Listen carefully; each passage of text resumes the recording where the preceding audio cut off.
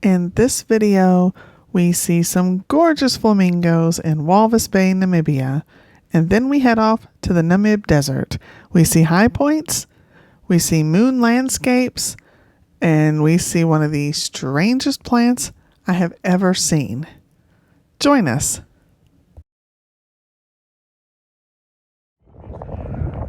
Walvis Bay flamingos! Oh, you can even hear them.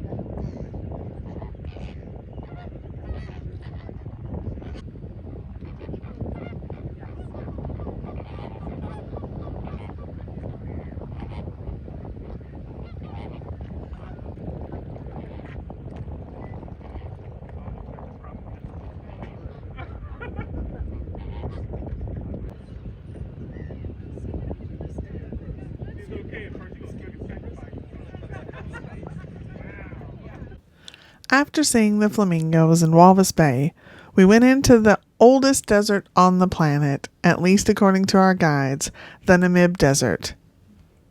It's such an unusual landscape, and it even has plants. This is Dune 7. It's popular, as you can see, the little dots with people walking up and over the top of the dunes. And it's the largest dune here in the Namib Desert here.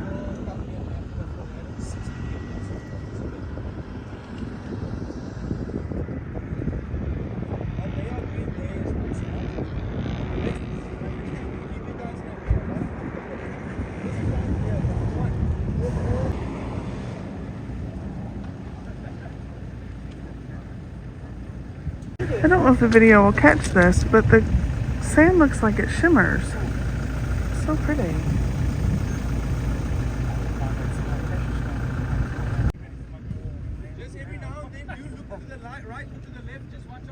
So one of the guys said this is mica.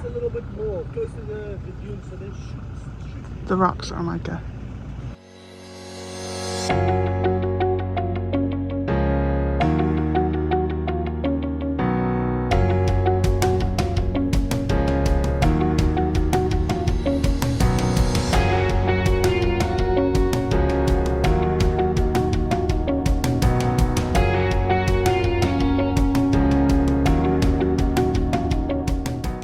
I was surprised to see plants in the desert, and our guide said that they thrive off the morning mist that's in the desert every morning.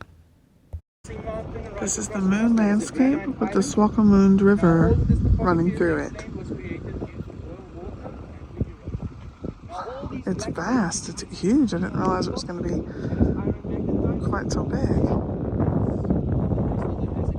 This Moon Valley is such an otherworldly place. It looks so out of place, but our guide said that thousands of years ago, the river that ran through this desert carved this valley.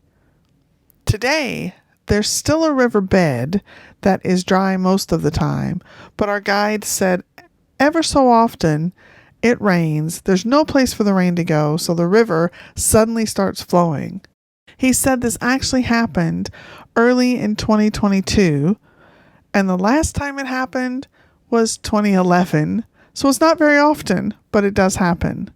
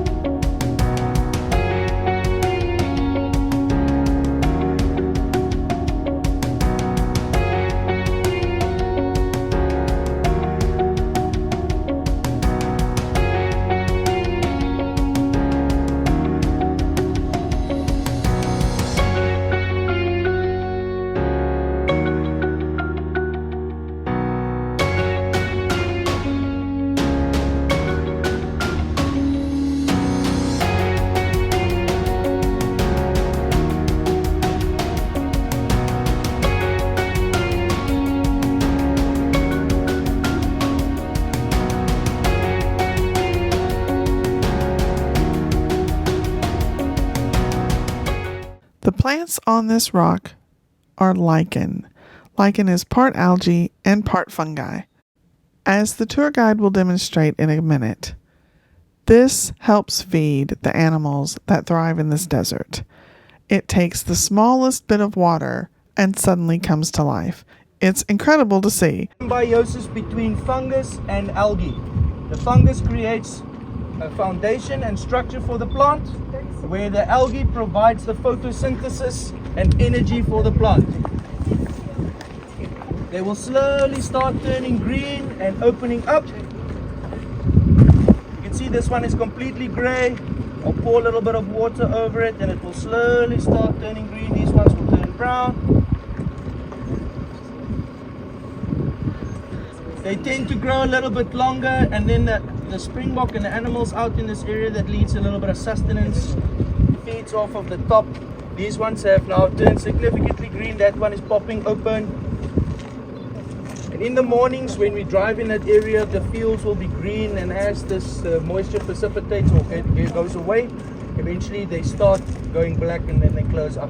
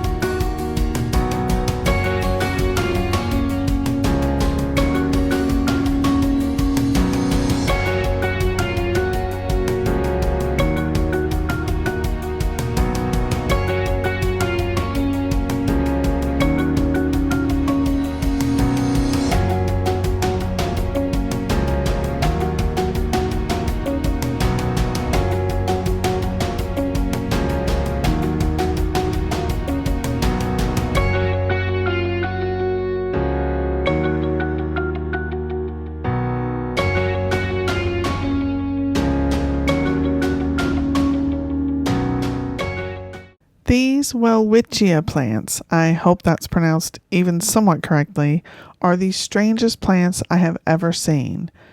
Not only do they live in the desert, they take whatever water they can get and store it. Some of these live to be hundreds of years old.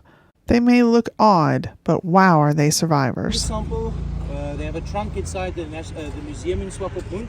This is 450 to 500 years old. They have a sample in the museum that was about 5,000. They have another one nearby, 2,500. It lasts quite a long time. It only grows in Namibia and Angola. Of the plant, and then they basically help the plant survive up through the years. Here we have a seed. About 0.01% of the seeds germinate. I will send a sample around. You can see.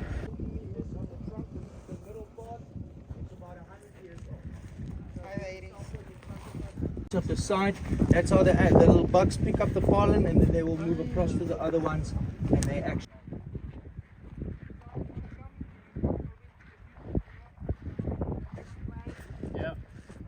rock veins sticking out at the side. Those are called iron magnetite rock veins.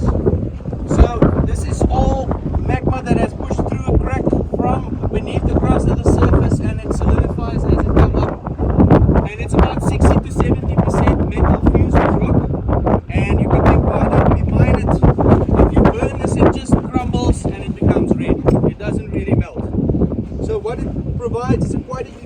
picture, it sounds pretty much like a cast iron band.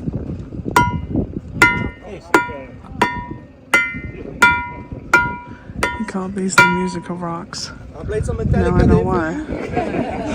As the bell tolls.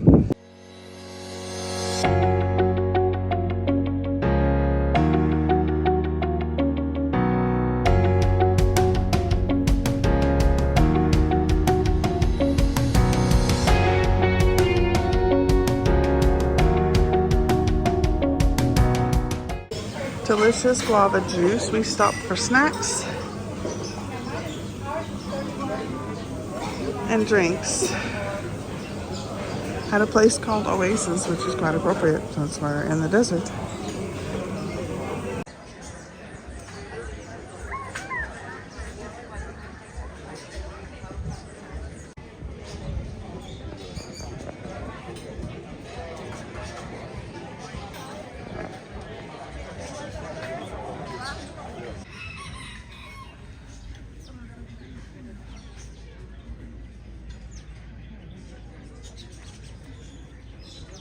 Must be looking for the beer garden.